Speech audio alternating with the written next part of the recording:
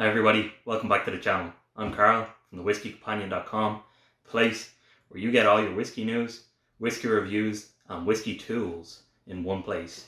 Check out the link below, thewhiskeycompanion.com, to see what I'm on about.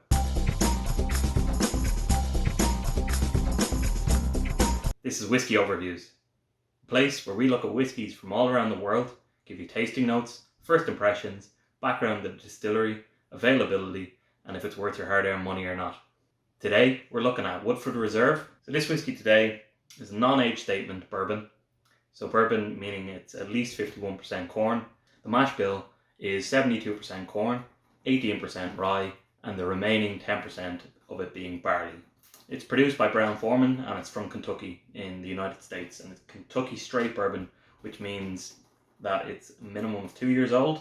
If it has an age statement, which it does not, so it's a minimum of 4 years old, even though it has no age statement. I suppose the bourbon industry hasn't really gotten caught up with a whole age statement like the Scotch and Irish industry. So that's why you don't generally see age statements on whiskies, and because of them using new oak barrels, it generally gets pretty overpowered with the oak after spending a Kentucky or Texas summer over there for too long. So usually you see bourbons in and around the 4 to 8 year range. I have tasted a couple that were in the 15 plus range and one that was 23 years, and yeah, it's a different ball game. Really, you get some, like, the depth of flavors, it's huge, but also that oak spice or the oak flavor really comes through on that.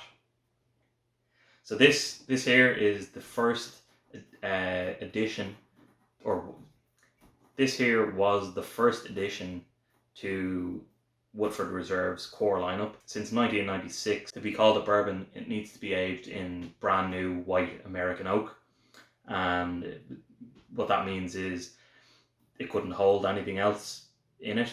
It has to be charred and used strictly for bourbon. So from the brand new oak, you'd get a lot more of the vanillins, and the oak would be able to give a lot more flavor that you'd usually get from the initial 1 to 2 years on a bourbon. So you're kind of expecting this to be a big vanilla bomb, big cherry bomb, and pretty spicy, pretty oak spicy. So yeah, let's give it a try, I suppose. I do really like the bottle, but I have to say, like, it's a square bottle. Like, you kind of have to leave it like that. You don't want to, because you really want to show off the front, but it's just so bulky. It's tough to keep beside anything else, you know. So I forgot to say the proof of this. It's 43.2% volume, so that'd be 96.4 proof. So a little bit higher than the normal whiskey you'd get in Ireland, which is generally 40%. So you wouldn't be expecting too much of a difference in the alcohol spice, but it should bring out some different flavors. Let's see. Yeah, like, I just get a really, really sweet cherry note on that. Like, it's a big cherry bomb. You do get some, like it's almost as if it's a cherry perfume. Like, you do get a bit of perfume smell off of it, but like that cherry is just so prominent there. And then once the nose gets accustomed to it, then you get the vanilla, kind of butterscotch.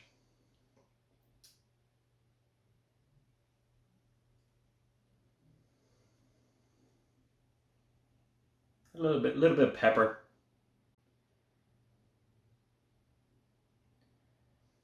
You get kind of like an earthiness to it as well. What I would assume is coming from the barley. but it's not overpowering or anything like that.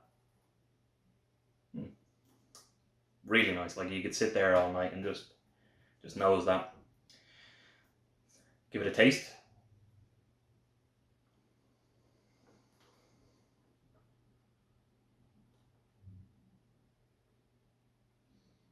Mm.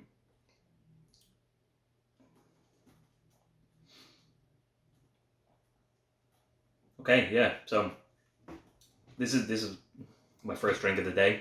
So the mouth definitely isn't accustomed to alcohol. But in saying that, this really dries out your mouth a lot, and a lot more than I would have anticipated a low ABV whiskey to do. But I suppose it is common in bourbon for that to happen. I think it's from the oak spice or the oak tannins, I suppose, giving off the dry impression, and it was a bit surprising just on first taste. So let's go for a second one.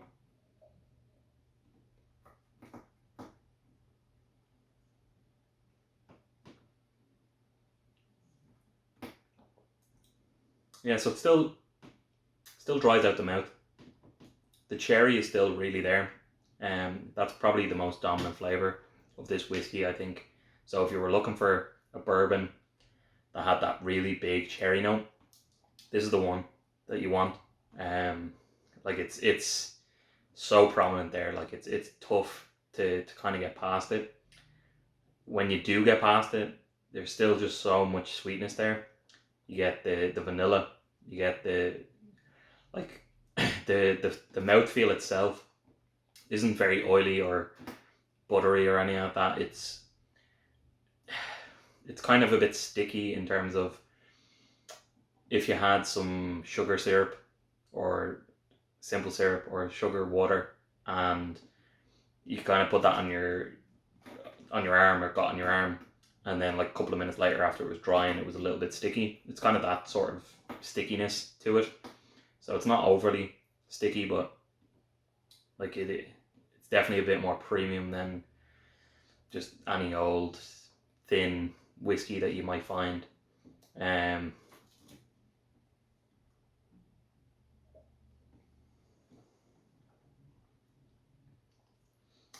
On the back of the throat, on the back of the palate even, you do get some of the rye spice from it, and there is quite a lot of pepperiness left on the tongue, and it gives you kind of a medium length finish on the whiskey, and it kind of tingles the tongue. So it's kind of a mix between the pepper and the oak spice, I suppose.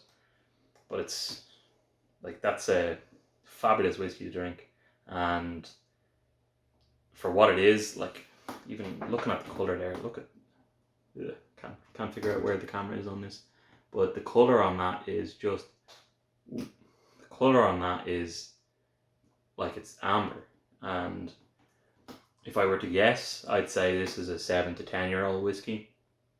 The fact that it has no age statement probably means that it has a couple of 4-year whiskies in the blend. But I'd say the majority of this is 7 to 10 years old. The oak tannins are just so clear, and it really dries out the mouth. But overall, it's a really nice whiskey to drink, and I'd recommend picking one up if you see it. It's not widely available in Ireland. I know Celtic whiskey generally have a decent bourbon selection. They sometimes get it in. Irish malts sometimes have it, and El Mulligans, they'd sometimes have some decent bourbons. But this would be more for the people in America, or who have access to the American market. I got this as a gift coming back from New Jersey, in the airport, and I think it was $40 or $36. So for a liter bottle, like it's great value. It's usually about $50 in the liquor stores, the off licenses. So yeah, if you get a chance, let me know what you think. And if these notes helped, let me know in the comments. Thanks very much. Slaunch it.